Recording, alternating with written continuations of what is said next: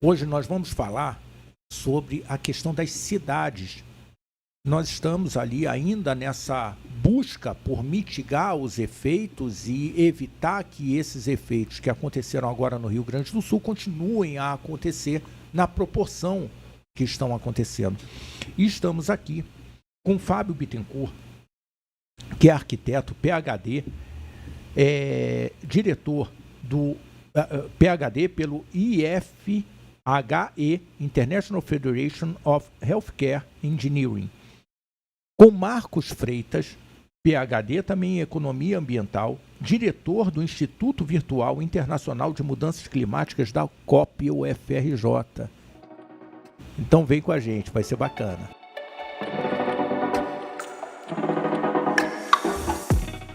Marcos, vamos começar com uma pergunta que eu tenho. Tudo que está acontecendo, esse peso a gente ancora nas mudanças climáticas única e exclusivamente ou é uma coisa que vem acontecendo há muitas décadas e precisa ser olhado porque vai continuar acontecendo, talvez com maior intensidade? São duas coisas, Ricardo. Primeiro, obrigado pelo convite, muito prazer estar aqui com o Fábio, com você. De fato, esses eventos já aconteceram no passado, seja no Rio Grande do Sul, no Rio de Janeiro, nas nossas cidades, que estão todas aí próximas da Serra do Mar, do Rio Grande do Sul até o Ceará. E com o aumento da concentração urbana, né, de 50%, 60%, a gente foi virando urbano, hoje estamos com 86% da população, enquanto que o mundo é 55%, a gente está relativamente vulnerável. Agora, um grau a mais em relação à Revolução Industrial, a gente está vendo que a gente está batendo pico de calor, que a gente está batendo pico de chuva, né, com volumes muito impressionantes. Antes, quando a gente chegava numa... está na casa de centenas de milímetros. Então, as chuvas estão muito impressionantes. E isso vai ser cada vez com mais frequência e com mais intensidade. Então, a gente tem que se organizar. E o que eu acho que é muito importante, até a presença do Fábio, é que a gente tem um país que se transformou num país de boi. Porque 20% do território é ocupado por boi e a gente ocupa menos de 1% do território com seres humanos nas áreas urbanas.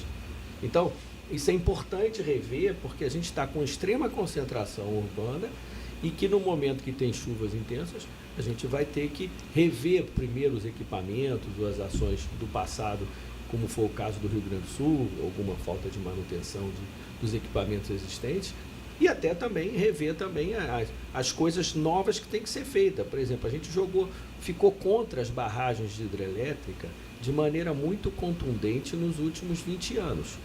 E a gente praticamente parou de fazer hidrelétrica.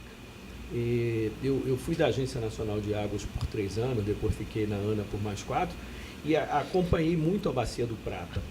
A Bacia do Prata, a cascata de reservatórios brasileiros de hidrelétrica, mais de 55% está na Bacia do Paraná. E aí, o que acontece? Isso diminuiu o índice de enchentes na Argentina, porque a gente está segurando a água para cima. Então, a gente precisa rever que as hidrelétricas têm que voltar, ou os barramentos têm que voltar a ser feitos para aumentar a regulação dos rios. Olha só que coisa interessante. Eu sou muito curioso nessa área e eu ainda não tinha ouvido isso, essa conexão. Então, existe uma conexão aí que talvez seja parte do caminho da mitigação desses efeitos, né? Sim, nós condenamos os barramentos porque eles fizeram lagos muito grandes, principalmente década de 70 e 80, Sobradinho, Tucuruí, Balbina, lagos acima de 1.000 km² de área, então são lagos grandiosos, os maiores chegam a 4.000, que é Sobradinho. Agora, em compensação, a gente se preocupou com o uso do solo e não se preocupou com o uso da água. Então, a gente não queria inundar. Tá ok, resolvido. Agora, existem barragens e barramentos. Então, à medida que você faz vários barramentos em cascata, a Bacia do Paraná começa em Brasília e vai sair lá embaixo. Então, as barragens são operadas de maneira integrada. Então, o Operador Nacional do Sistema, no ano de El Niño, que é os anos que chovem muito na Bacia do Paraná, ele opera com um volume de espera maior. Então, para segurar as inundações, essas inundações favorecem que está águas abaixo. Então, está na hora de voltar a construir barramentos para aumentar a regulação de água. E isso no Rio Grande do Sul, ele não está na Bacia do Prata propriamente dito, ele está numa outra versa que a gente até considerando grande pode estar, mas não vai estar nessa do Paraná. E já tem barramentos, mas precisam ser feitos outros para conter e aumentar a retenção de água antes de chegar nas concentrações populacionais. Então, e isso é uma coisa que a Engenharia Nacional sabe fazer, e a gente se autocondenou, a gente aproveita só 30% do nosso potencial hidráulico, enquanto que no mundo é na faixa de 60%, 70% os países que têm Europa, Estados Unidos. Então, é lógico que não vamos voltar a fazer Balbina, nem vamos voltar a ter hidrelétricas muito grandes, mas a gente pode inundar um pouquinho do território a título de salvar a cidade. Para mitigar esse tipo de efeito. Para mitigar esse tipo e, consequentemente, gerar energia. E, consequentemente, gerar energia, consequentemente, gerar uso múltiplo dos lagos. Lagos nos interiores viram praias, viram lugares de frequentação. Para nós que moramos numa cidade como o Rio de Janeiro, a gente não percebe, a gente tem a própria praia.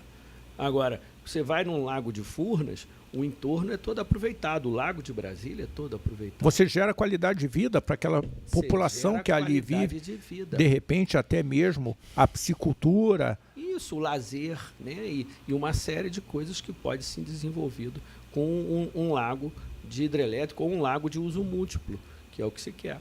Então a gente tem que pensar mais Brasil, pensar em ações de longo prazo, né?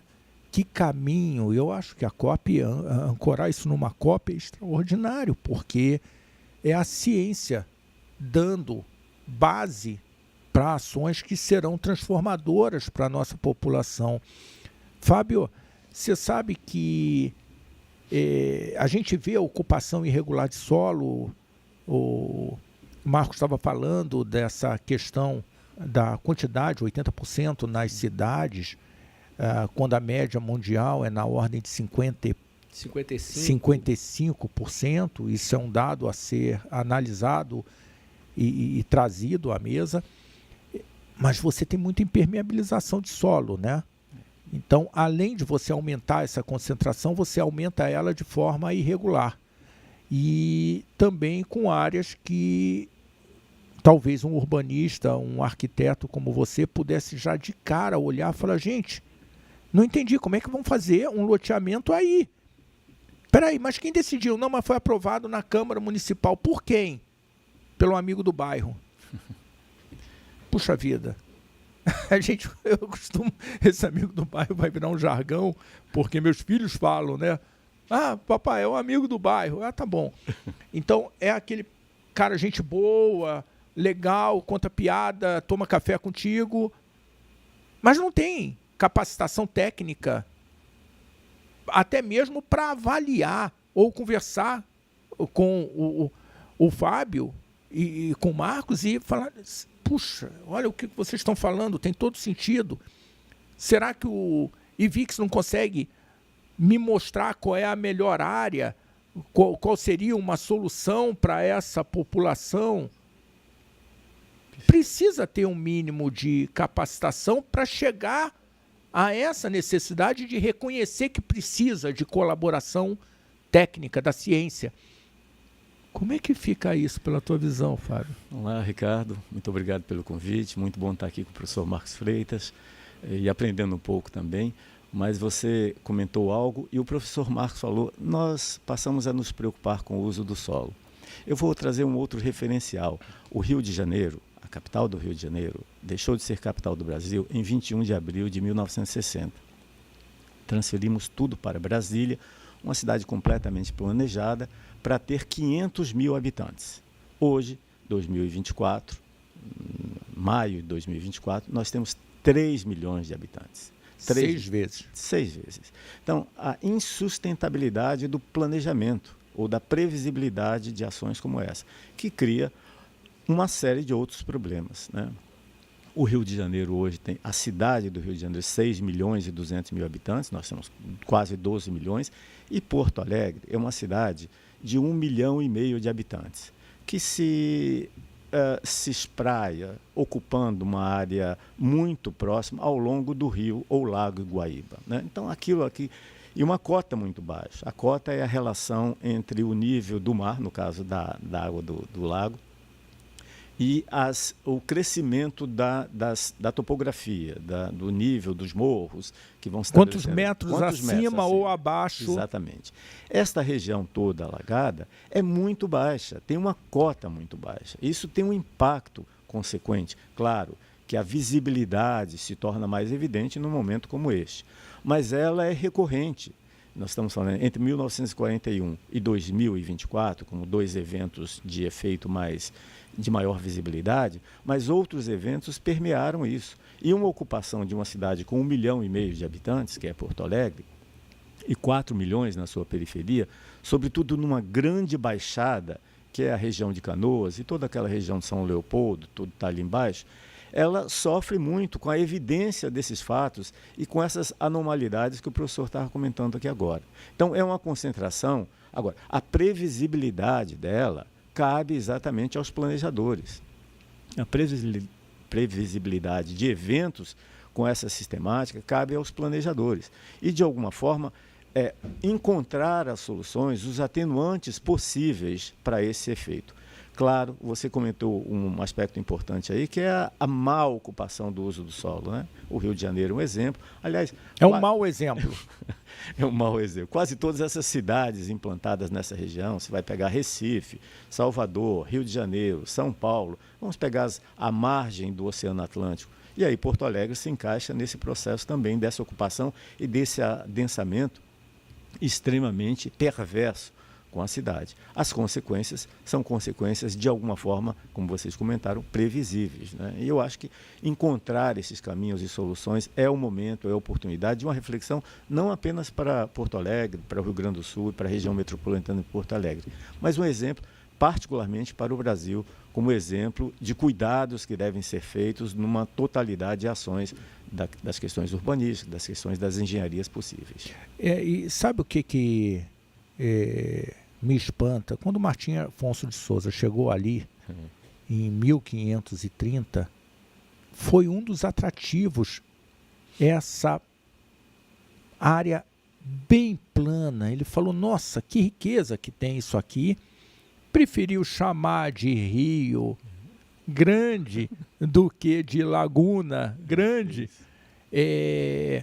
Mas já é conhecimento a essa cota daquela região há muito e muito tempo. O que falta? O que está faltando? Qual a colaboração que a gente consegue dar como sociedade civil organizada, como entidade empresarial nesse processo? Na última eleição para presidente, nós fomos incitados a conversar com candidatos, como o FRJ, tá?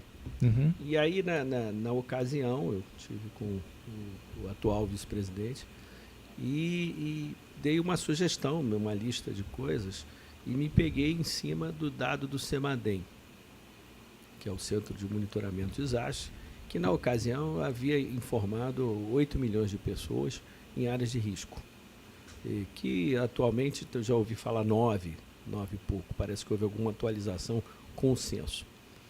E aí eu sugeri o seguinte, falei, olha, pegar aqui um Minha Casa Minha Vida exatamente aplicado a essas pessoas. Vamos imaginar uma construção de R$200 mil por pessoa, se for 8 milhões, 4 por residência, estamos falando de 2 milhões de famílias. 2 milhões de famílias, nós estamos falando aí de 40 bilhões de reais. 40 bilhões de reais que seria um programa feito de preferência com coordenação inclusa de um Banco Mundial, uma coisa que pudesse passar de um governo para o outro, que não ficasse no que ele falou do planejamento, passou 4 anos, vem outro e acaba. Tem que ser uma política de Estado, né? Faz uma coisa de Estado, amarra um multilateral para poder, numa parte do empréstimo ou não, mas consegue passar, e aí você colocaria para o Estado e município a solução de uso do solo e a solução também das infraestruturas. Parecia muito dinheiro no momento que eu falei. Eu disse, olha, mas isso daí é um programa de reconstrução do país, de novas Brasílias, de novas regiões que a gente ocuparia melhor o território, geraria emprego e renda e etc, etc. Cheguei até a usar o termo do Plano Marshall, que é sempre o que está sendo usado agora lá no Rio Grande do Sul. Isso foi outubro de 2022. Setembro de 2022.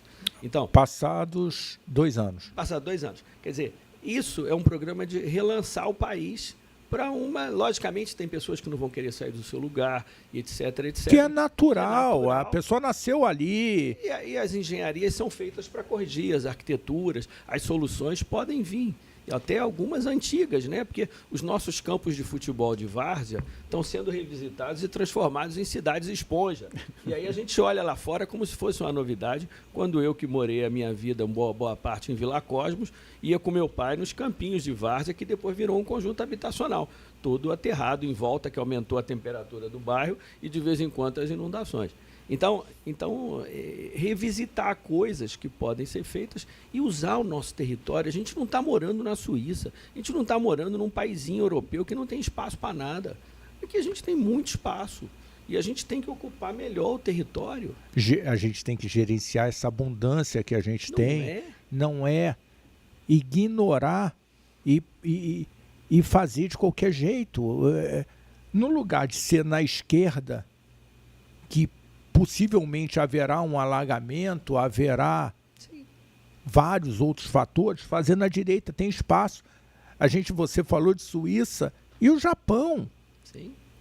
Ou ele mora ali ou ele mora ali, só tem aquele espaço. Qual é o tamanho? Não, o tamanho é extremamente reduzido, é uma cápsula. Sim. Tá bom, então a gente também não precisa, né, Fábio,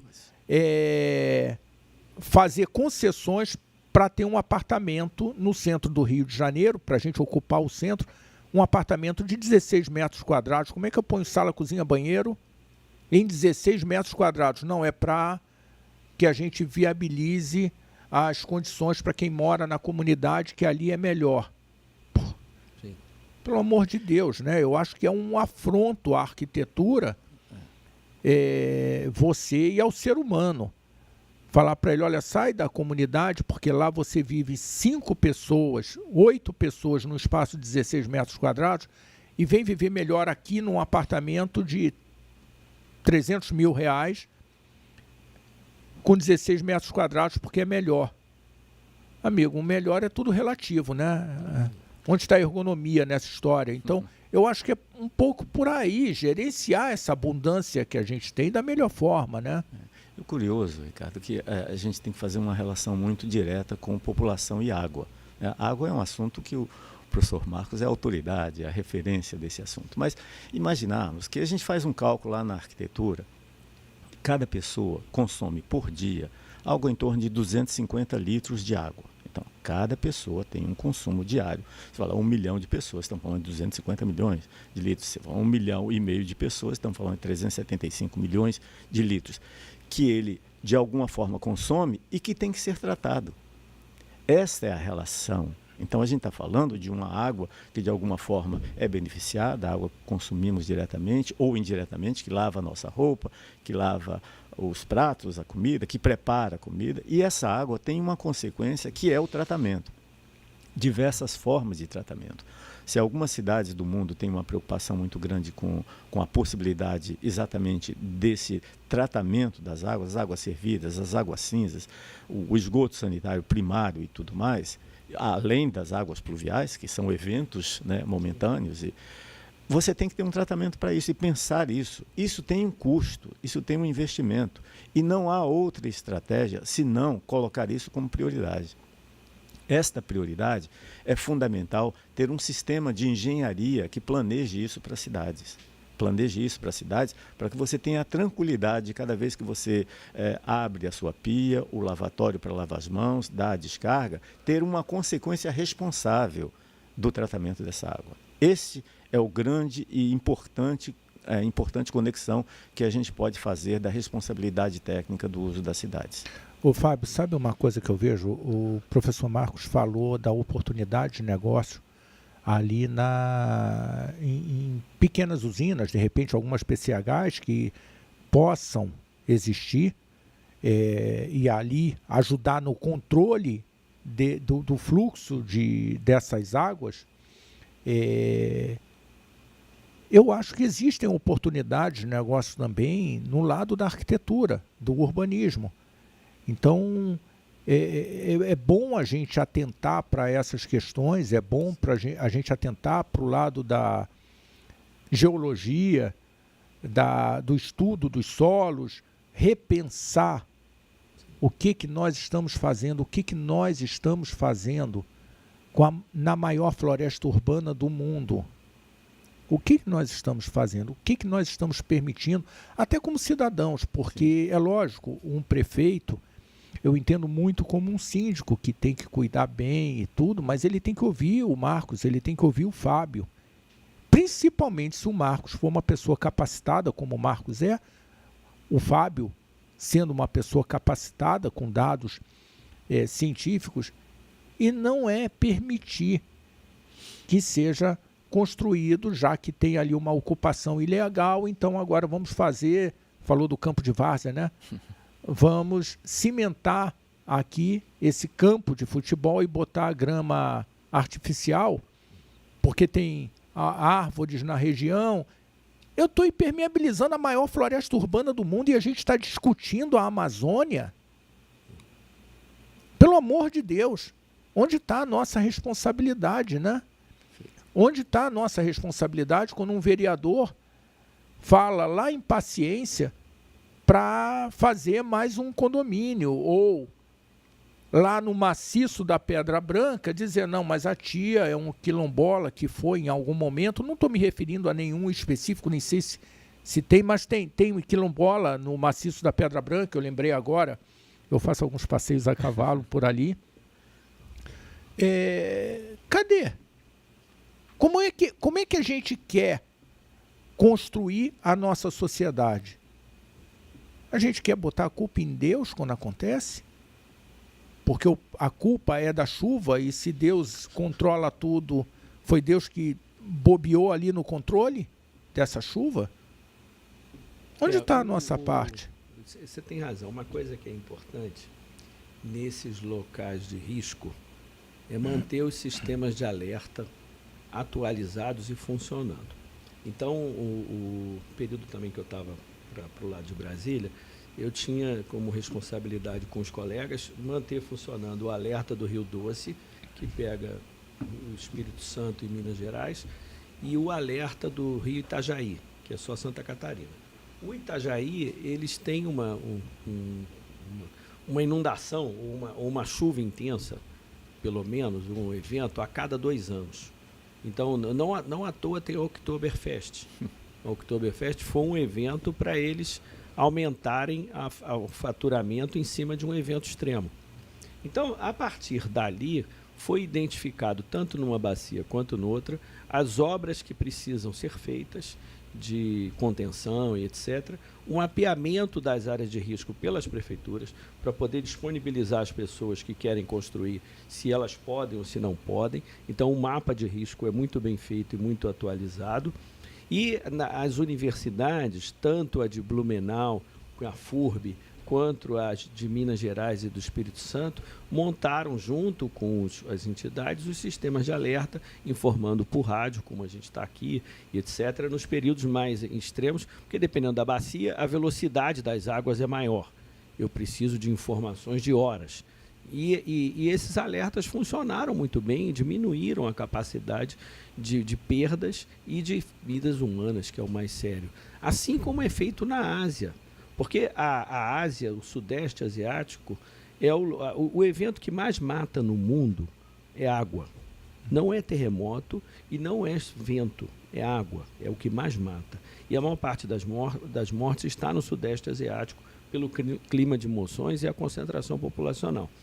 Lá eles têm centros de pesquisa, etc., que foram trabalhando com a população em processos educativos e foram reduzindo a mortalidade e perdas econômicas ocorrem, mas aprenderam a conviver, né, com esse tipo de coisa. Então, a gente tem que recuperar. O Rio de Janeiro tem uma experiência boa, eu gostei que você citou a cidade, com a GeoRio.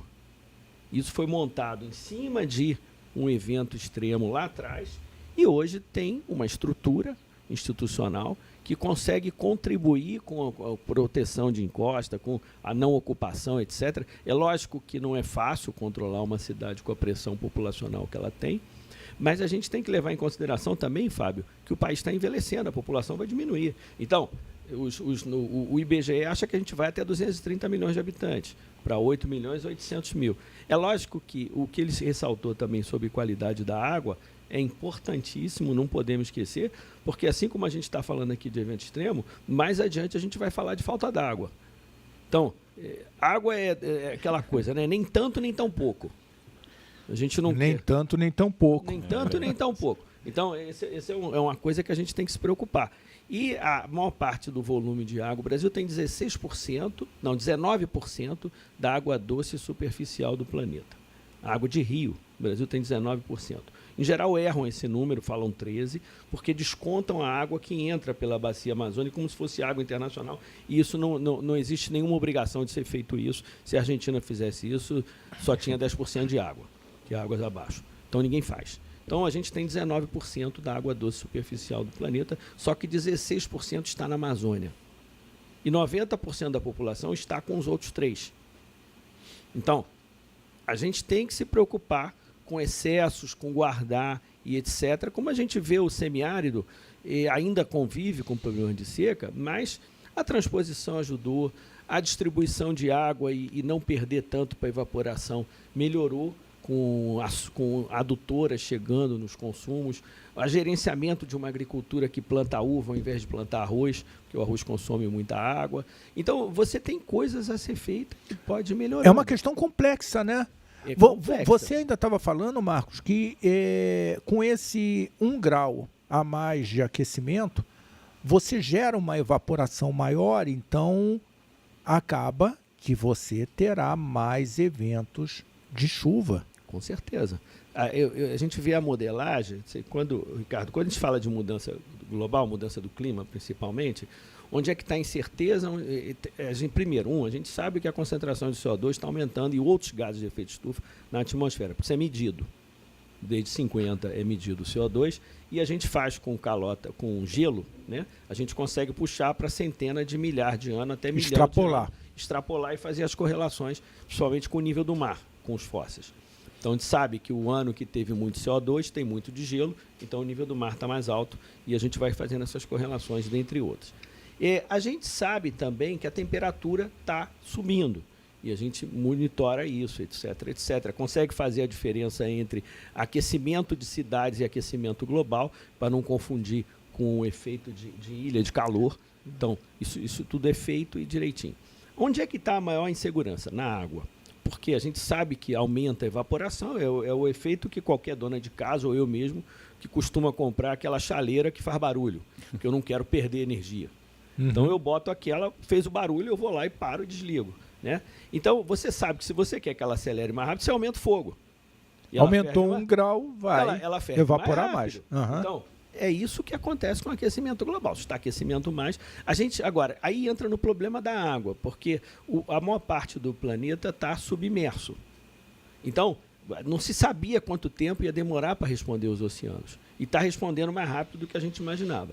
Então, a evaporação, o calor, etc., está aumentando. E do outro lado aonde e quando vai chover, em que momento. Aí os modelos começam a bater cabeça.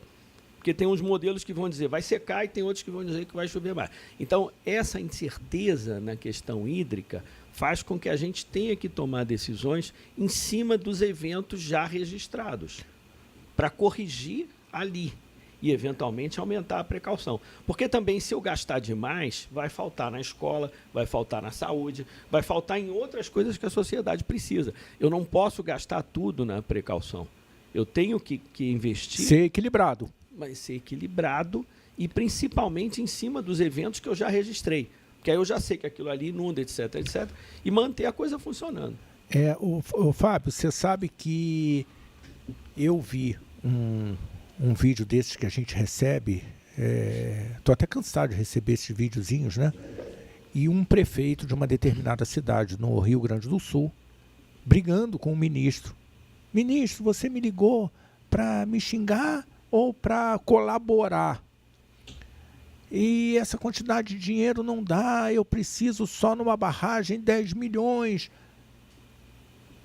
Quer dizer, onde estão os projetos? Perfeito. A gente tem uma situação de caos e leva uma desordem e um desequilíbrio, né? Se eu gasto mais dinheiro do que seria necessário, vai faltar em algum outro lugar. O dinheiro não é infinito. Então, eu vi também uma ponte sendo reconstruída de imediato. A gente sabe como é que pontes são feitas. Por apoio, em 99% talvez dos casos, a ponte é apoiada. Se teve água suficiente para levantar e deslocar aquela ponte, por que eu vou reconstruir a ponte da mesma forma que ela estava? Esse dinheiro não é um dinheiro jogado fora e que certamente fará falta, no mínimo na manutenção do sistema de contenção na laguna. Verdade. Ricardo, eu trabalho fundamentalmente com hospitais e com saúde, com arquitetura e saúde. É nos hospitais, e quando a gente precisa dele, que a gente manifesta a maior fragilidade humana nossa. É na dor, é no sofrimento, é no adoecimento. É ali que a gente busca todas as possibilidades da cura, do tratamento, da terapêutica possível, né? Então é ali que a gente busca, a gente faz as nossas referências a todos os deuses possíveis, né? Com o planejamento das cidades, há estes ciclos. É uma senoide. Ela sobe, desce, vai aqui, vai acolá. Mas, sobretudo, é esquecido nos momentos da alegoria, da festividade, o investimento na saúde, no tratamento, na prevenção, na promoção da saúde, que é um conceito praticamente desse século, é uma discussão que surge em Alma Ata, lá na Rússia, em 1971, um mesmo momento que discussões aconteciam na Noruega, lá com a nossa comissão Brundtland, né? A Gro Harlem Brundtland, que estabelece, a partir daquele momento, o conceito do desenvolvimento sustentável. E o desenvolvimento sustentável não é uma responsabilidade do macro, se não houver ação no micro. Então, na responsabilidade individual. Então, este conceito do desenvolvimento sustentável ele está fundamentalmente calcado na responsabilidade individual. E essa responsabilidade individual, que é o cidadão, começa ali esse processo com o conhecimento e com a compreensão do impacto da sua ação na cidade, seja nos resíduos sólidos, né, que a gente estava discutindo aí com grande ênfase, seja nas questões da produção dos resíduos líquidos, o esgoto sanitário e outras, como uma responsabilidade. Esta consciência coletiva a gente vai ter que estabelecer também com educação. Quase sempre, quando alguém pergunta, mas os problemas do Brasil, que nos encanta, esse país que tem tantos problemas, né? Assim, nós estamos com a possibilidade de solucioná-los. Qual é a solução? É esse grande investimento na educação, que recorrentemente é apontado como uma necessidade.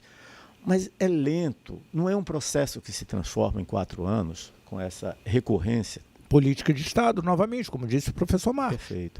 Este é um investimento que a gente tem que fazer em toda essa base de infraestrutura para ter resultados, para colher frutos desse processo como uma consciência coletiva, né? Cada vez que a gente vê as crianças falando da responsabilidade do resíduo, não jogar o lixo na rua, não fazer qualquer produção de resíduos que seja um agravo para outras pessoas, a gente vê que este investimento, essa base da infraestrutura, tem que ser feita e calcada na educação.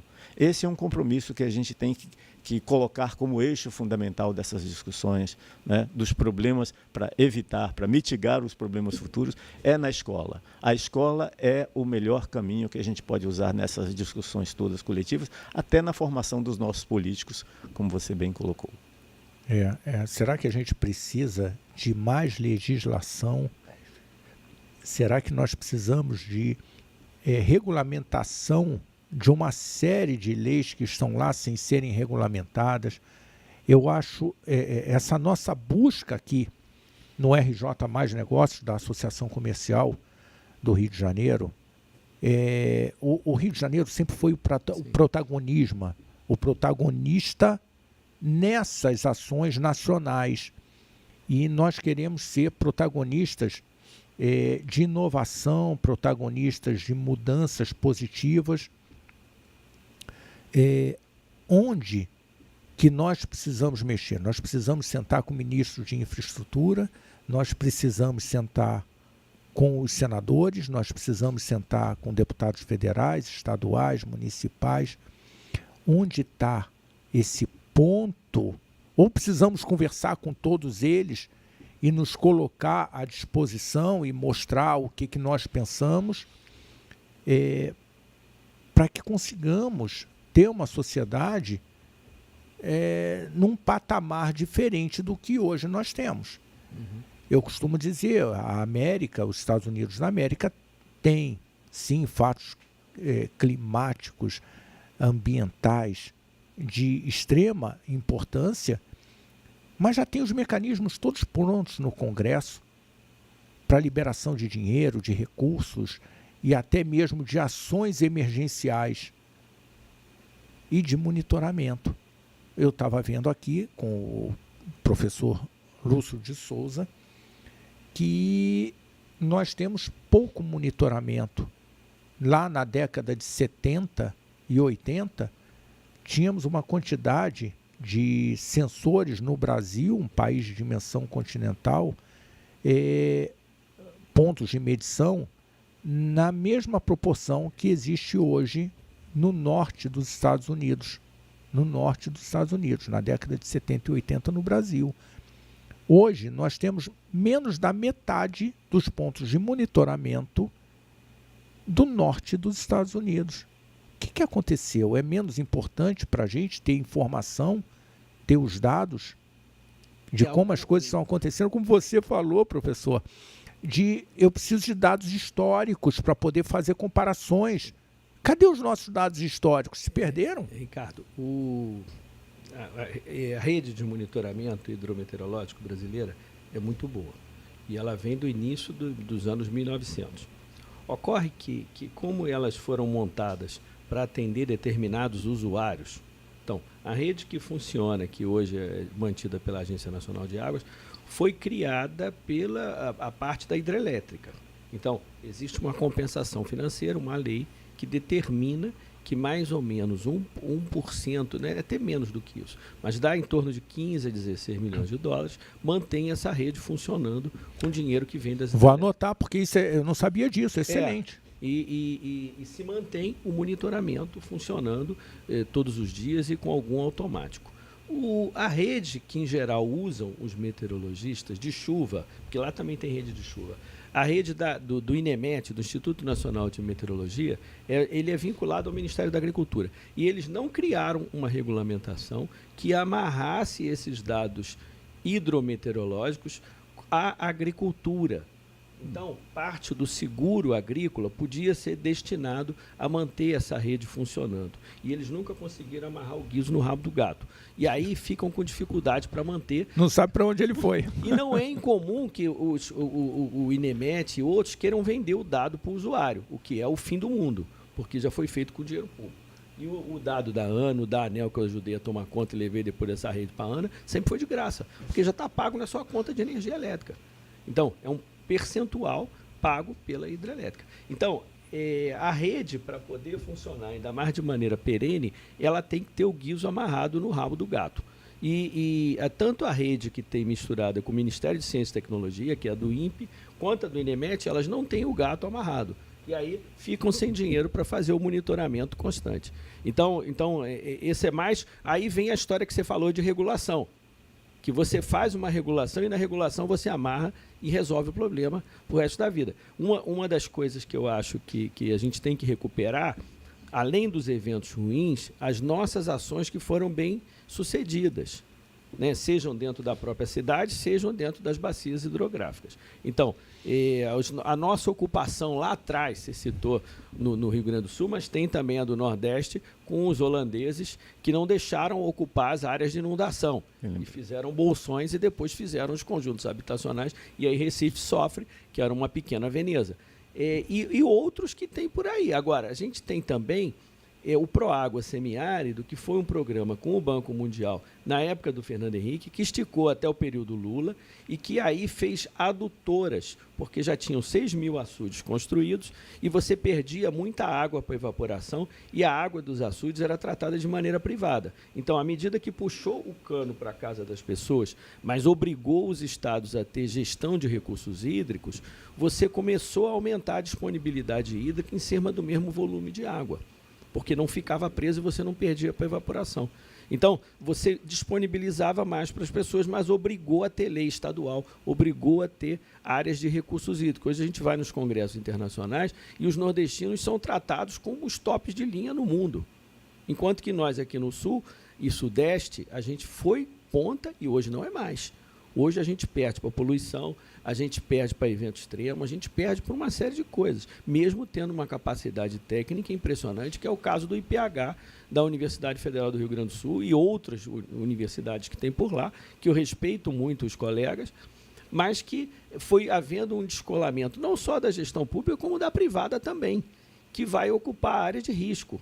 É inadmissível que uma indústria como a Dell esteja inundada.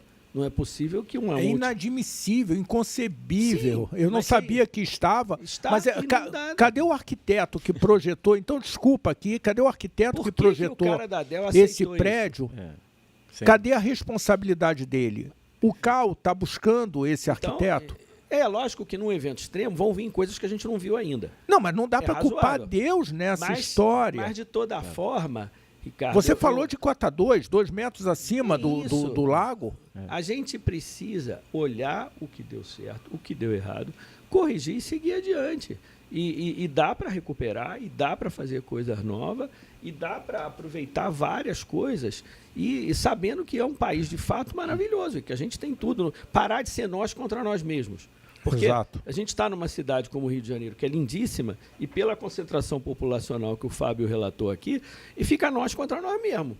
Porque é engarrafamento, é briga, é violência, é isso e aquilo, podendo ocupar melhor o país. A gente tinha 5.000 doutores quando o Sarney entrou em 85. Hoje nós já passamos de 200.000. O que está acontecendo? Nós temos uma capacidade técnica muito impressionante e a gente não gera emprego para os nossos doutores. Então, peraí. Eu ouvi que o governo federal ia fazer uma busca de soluções para o Rio Grande do Sul fora do Brasil. Você está me falando um número de 200.000 doutores? 220, 230, dessa Será ordem. que a gente não tem doutor suficiente aqui? Será que a gente não tem engenharia suficiente, arquitetura graduados de suficiente bom nível para criar soluções para terrenos que conhecemos mais do que qualquer outro na face da Terra? E em parceria quem é que com conhece os terrenos? Sim, em parceria. Quem é que conhece melhor os terrenos do Rio Grande do Sul do que quem Com certeza. Se formou no Rio Grande do Sul? Não deve deixar de olhar o benchmark lá de fora. Isso é importante. Sim. Porque a gente vai ver soluções que às vezes a gente adapta e etc. E isso é importante. Mas não resta dúvida que a coluna vertebral e o tecido tem que ser feito dentro do país. Não tem capacidade técnica para isso. Não tem nenhuma necessidade. Você falou uma coisa, eu ainda vou ficar no professor Marcos, você falou uma coisa muito importante na questão da legislação, que as hidrelétricas elas têm um papel social importante, não só no fornecimento da energia, no monitoramento, no controle dessas águas, mas também na manutenção e instalação de sistemas de medição. Uhum. Falou da agricultura, então esse é um objetivo a se buscar, porque como é que vai ficar toda a questão de seguros? Como é que você avalia? Seguros no Brasil são caríssimos. Isso é importantíssimo. Mas é caríssimo porque tem o risco do seguro, da falta de informação. A partir do momento que eu conheço melhor o meu risco, eu diminuo naquele custo o risco, porque eu conheço ele. Uhum. E divido com o meu cliente, sendo eu uma seguradora, aquele risco. Olha, se você guardar o carro sob uma laje toda noite, eu diminuo, porque aqui tem geada. Se for telha de amianto, ela pode quebrar e aí vai ter dano no carro, o teu risco é maior, o teu seguro é maior. Então, se eu tenho informação, eu posso mitigar esse custo, vender mais seguros e por aí vai, fomentar a economia, que é um dos objetivos. Estados Unidos e Europa, e a gente vai nas conferências de clima, um dos grandes players são as companhias de seguro. Sim. Porque para isso, para elas, tem seguro para tudo. É um risco e é um business. E esse business, aqui no Brasil, você tem pouco seguro de residência. Você tem muito seguro de carro e o seguro algumas indústrias têm. Agora, você tem que estimular mais esse seguro de habitação de residência, porque elas vão mapear melhor para nós o risco. E na hora que tiver um evento, um sinistro, que é o nome que eles usam, as pessoas vão poder receber o recurso com muito mais rapidez do que se depender do recurso público. E tem também aquela cláusulazinha que diz assim, fatores ambientais, climáticos, esses não estão cobertos pelo seguro. Como é que fica aquela quantidade de veículos que foram completamente perdidos no Rio Grande do Sul? Quem é que paga essa conta? E eu vou fechar só essa pergunta com a exploração de petróleo. O professor Lúcio estava falando que as informações dos oceanos são fundamentais para a gente concluir. Eu acho que foi um pouco do que você disse também, dos dados que precisam ser coletados para eu saber o que vai acontecer na Terra, no continente. Por que não existe, não sei se existe, mas que essas companhias de exploração de petróleo consigam fornecer dados dos oceanos para completar essa quantidade de informação que a gente precisa? Não seria um dos caminhos? Isso é importantíssimo, eu vou parar por aqui, Fábio, mas no período que eu estava lá no setor elétrico /água, a gente botou todo o nosso banco de dados de quase 100 anos naquela ocasião, 99, na internet, tudo de graça, para baixar tudo. E teve gente que botava os alunos para ficar baixando tudo com medo que aquilo saísse do ar. E aí o meu pessoal interno, que era de Nike, virou ANEEL, virava, professor, a gente está disponibilizando tudo, depois não vão querer mais saber da gente. E eu falava, olha só, vocês monitoram todos os dias, então todos os dias tem dado novo. E isso ninguém vai parar de procurar. Agora, se venderem esse dado para consultoria, transformarem em projeto, eles vão acender a luz e vão pagar mais imposto. Então isso é importante para o Brasil, que eles tenham acesso a essa informação. Eu não estou... É a economia sendo movimentada. Sim, aí o que você falou é importantíssimo, porque o setor petróleo é conhecido por não passar informação. E aí eu tentei estimular, e não na ANEEL, mas já na ANA, que o dado de água subterrânea viesse para nós.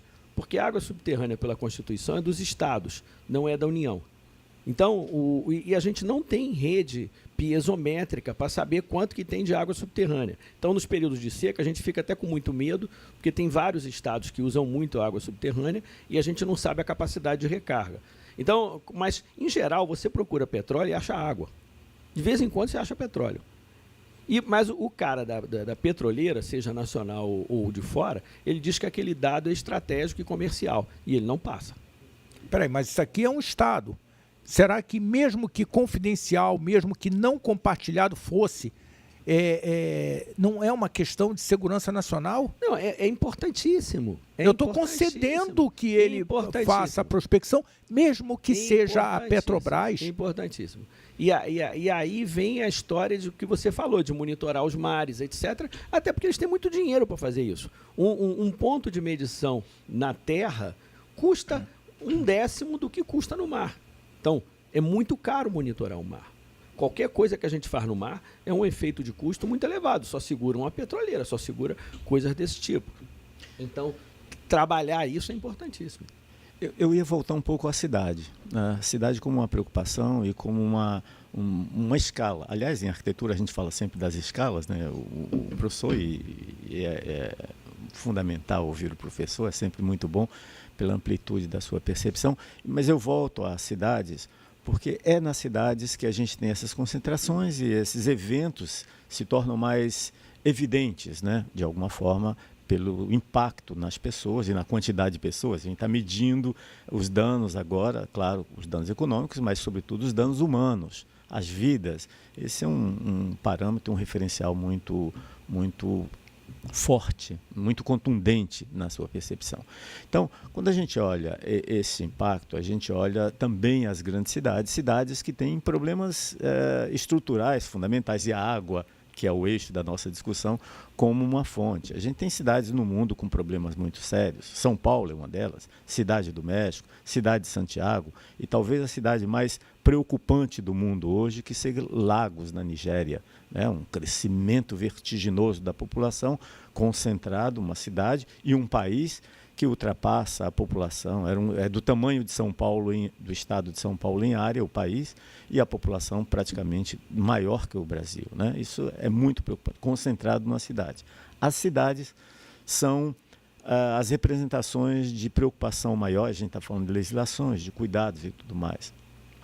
Neste século, a gente começou a ter algumas preocupações, o cuidado com a captação das águas pluviais, como a responsabilidade de quem projeta o edifício, e aí você tem uma responsabilidade de drenar, tratar, derivar essa água para um determinado reservatório, tratar essa água e reaproveitá-la dentro de possibilidades de usos possíveis.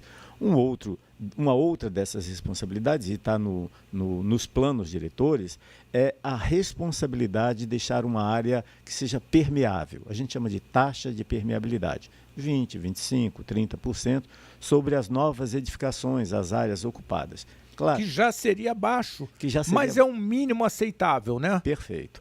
Regiões extremamente já consolidadas, Tijuca, pensar aqui no Rio de Janeiro, Tijuca ou Jardins em São Paulo, ou Menino de Deus em Porto Alegre, são bairros consolidados, o que já não dá mais para você trabalhar isso. Mas as novas áreas, e a gente fala aqui Rio de Janeiro, Barra da Tijuca, as Guaratibas, talvez seja o ponto de maior fragilidade que a gente tem no Rio de Janeiro, são as nossas baixadas urbanas na cidade, no município. Então, as duas principais baixadas, Baixada de Jacarepaguá e Barra da Tijuca, e a Baixada das Guaratibas, onde a gente tem a oportunidade de transformar esse nosso conhecimento, essas nossas discussões, em soluções. Em ação concreta. Ação concreta. Neste momento, a gente está vendo um quadro extremamente complexo e perverso, de um apontamento, de um dano, e aí que a gente vai medir também em vidas no futuro destas regiões, mas particularmente a região das Guaratibas, que é uma preocupação.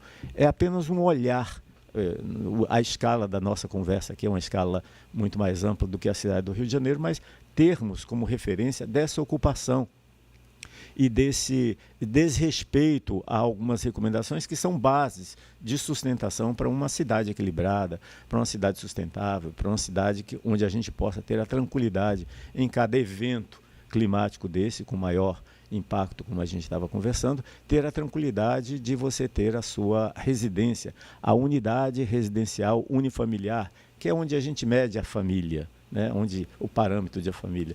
O professor estava falando aqui dos 4, a gente multiplica por 4. Hoje a gente já reduziu, dado a esses parâmetros que a gente tem demográficos, para 3,4 como a família, como o parâmetro de cálculo de unidade residencial unifamiliar. Então, esta definição lógica dessas estruturas na microescala para trabalharmos a questão das cidades, as regiões metropolitanas, o país e tudo mais, sobretudo nas áreas frágeis. O professor lembrou que esse nosso litoral aí pegou do Ceará até o Rio Grande do Sul, onde a gente tem a Mata Atlântica aí como uma interface desse movimento entre o Oceano Atlântico e as nossas outras condições climáticas, é a área mais vulnerável, é a área mais frágil que a gente tem, sobretudo pelas ocupações, o adensamento em maior escala, né? E a gente vai estender isso aí como uma preocupação. Mas talvez a gente tenha que trabalhar nesse nível da unidade residencial, da casa, da residência, as escalas do bairro, as escalas da cidade, as escalas das regiões metropolitanas, com os problemas que ela tem. E temos estratégias e soluções de pensar o urbanismo, de pensarmos a cidade como solução. Plano diretor, né? Esse é um caminho fundamental. Plano diretor da cidade.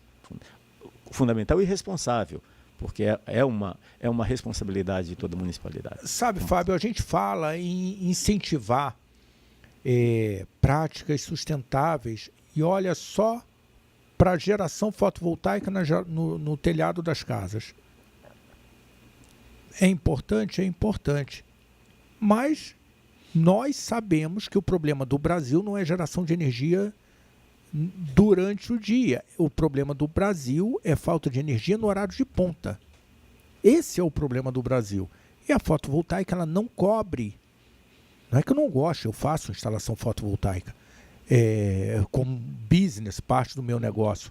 Mas ela não cobre, ela resolve o problema de uma residência que baixa a conta de R$1.000 para R$150, mas ela está gerando um problema por outro lado, porque se é R$150 eu já não me preocupo tanto com o meu consumo.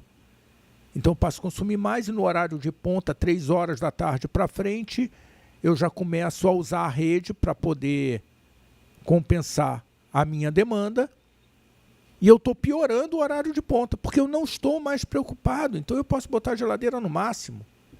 E aí, ao invés de 150, a minha conta vai chegar o quê? 200? Era 1.000.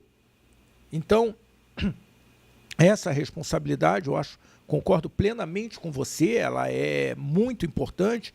E é muito importante na hora que eu incentivo, simplesmente eu como prefeito, incentivo a criação de práticas sustentáveis, a maior permeabilidade do solo. Então ao invés de eu fazer a minha calçada dessa forma, porque a calçada, a responsabilidade é minha, é do imóvel à sua frente, eu vou fazer um jardinzinho aqui, eu vou fazer um intertravado, eu vou... Onde que a gente consegue interagir?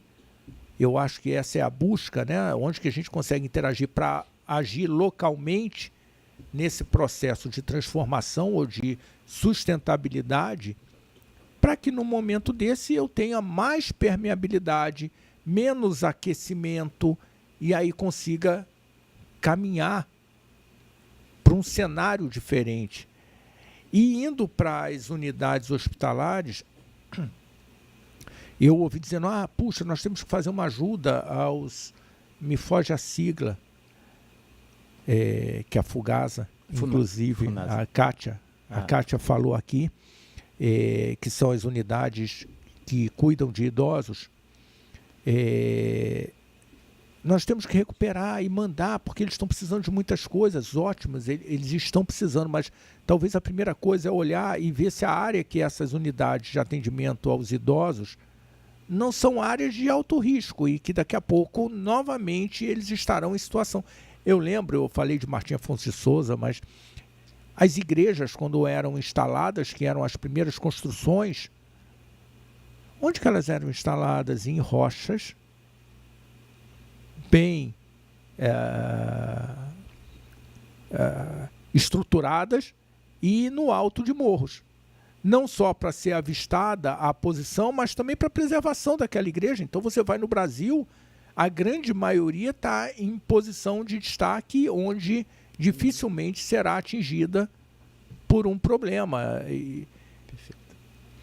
O que a gente tem que buscar para essas estações, para esses hospitais que de repente ficaram submersos? Será que é reconstruir esse hospital? Ou será que é relocar essa unidade hospitalar, que é o último ponto de resgate numa situação de crise?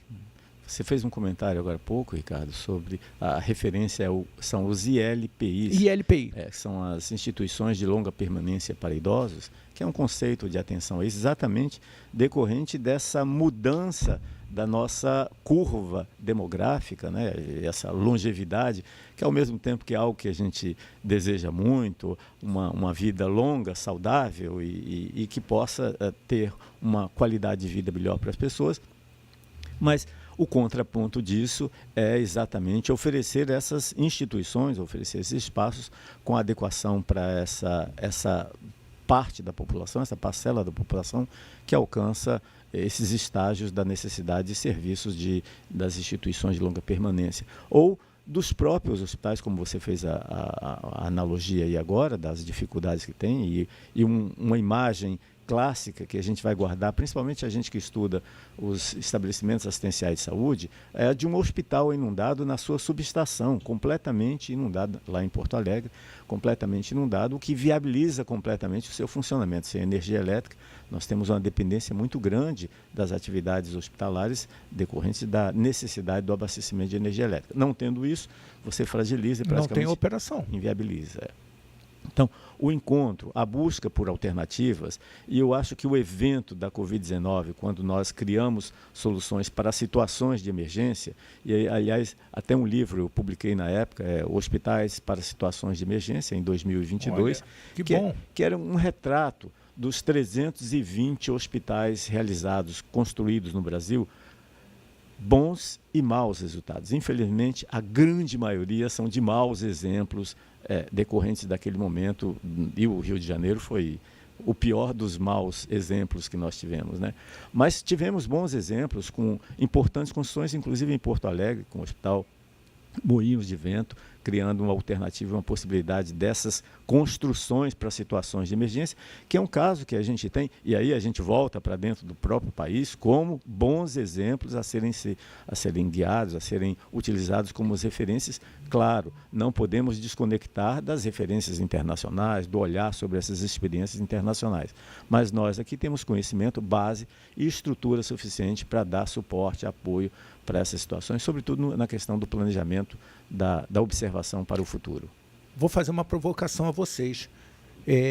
Eu costumo dizer que aqui nós estamos aqui para reconstruir, para incentivar o desenvolvimento, incentivar boas práticas.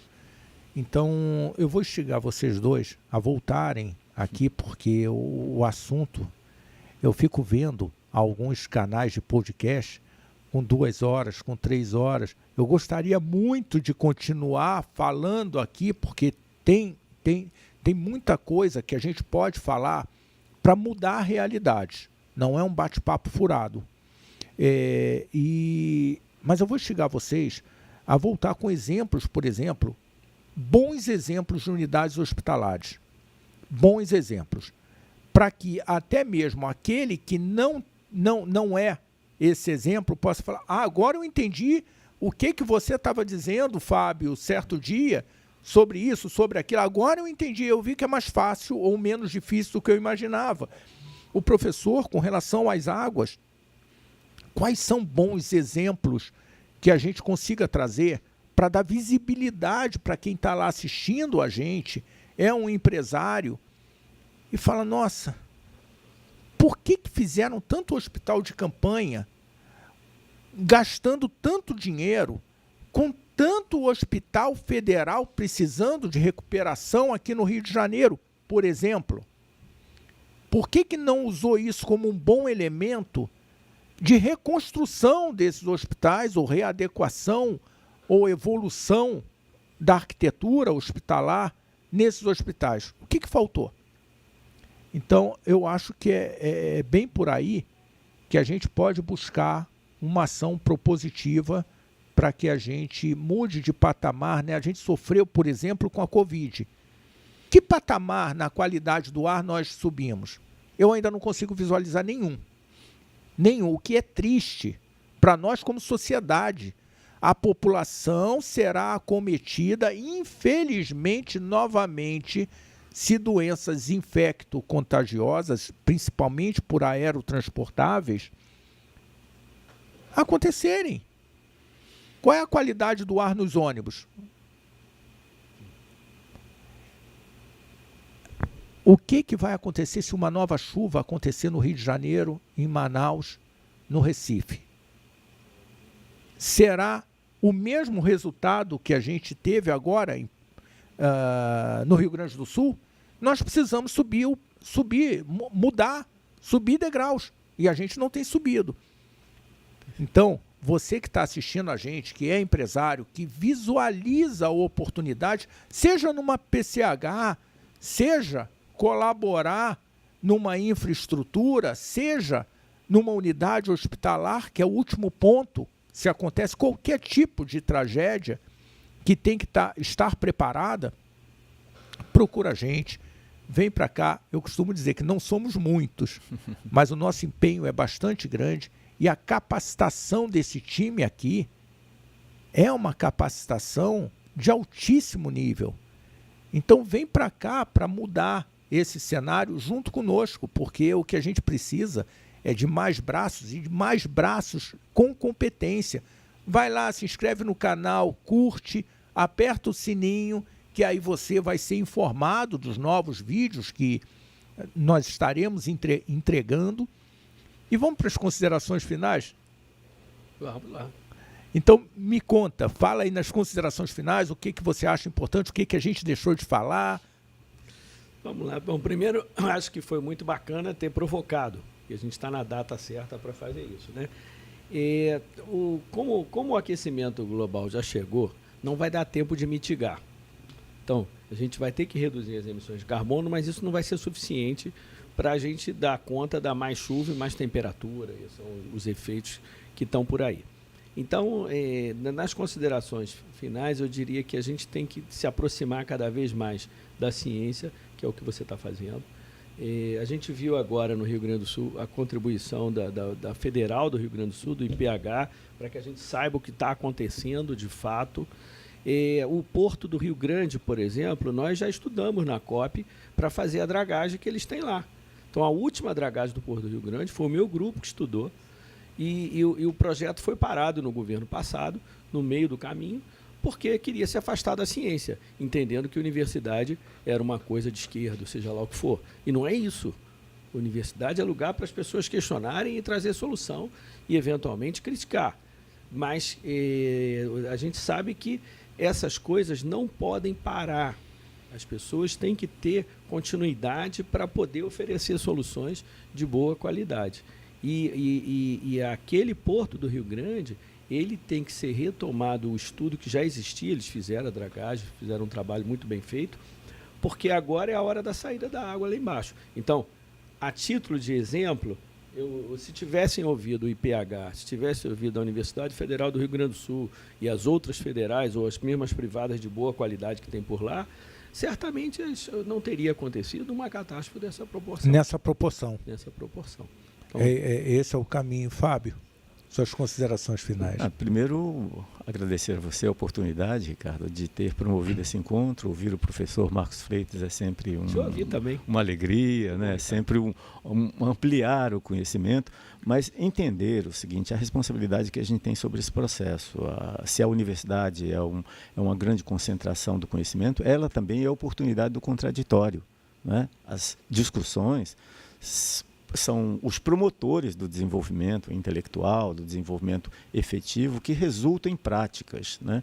E essas práticas têm que ser construídas de forma receptiva e integrada, né? Onde nós temos a oportunidade de apresentar essas ideias. Sejam ideias locais, e claro, os problemas são locais, as soluções devem ser para os locais. Entender isso como um complexo de adversidades e de diversidades de soluções que devem ser feitas, né? Então, acho que temos aqui no Brasil capacidade, competência tecnológica e intelectual para criar soluções para as cidades, e esse é o objetivo. Por isso, essa oportunidade desse encontro aqui, você está de parabéns, né? Agradecer também a oportunidade de estar com o professor Marcos Freitas. Não, excelente, estou feliz da vida de ter conversado com vocês e quero que vocês nos continuem acompanhando para que a gente possa trazer cases de sucesso, que a gente exemplifique na arquitetura, que nós possamos exemplificar na questão das águas, cases de sucesso, para que a gente mude de patamar. Não podemos mais, como sociedade, sofrermos, penarmos e continuarmos no mesmo lugar. Pelo amor de Deus, tem que mudar, né? Então vem com a gente. Foi bem bacana.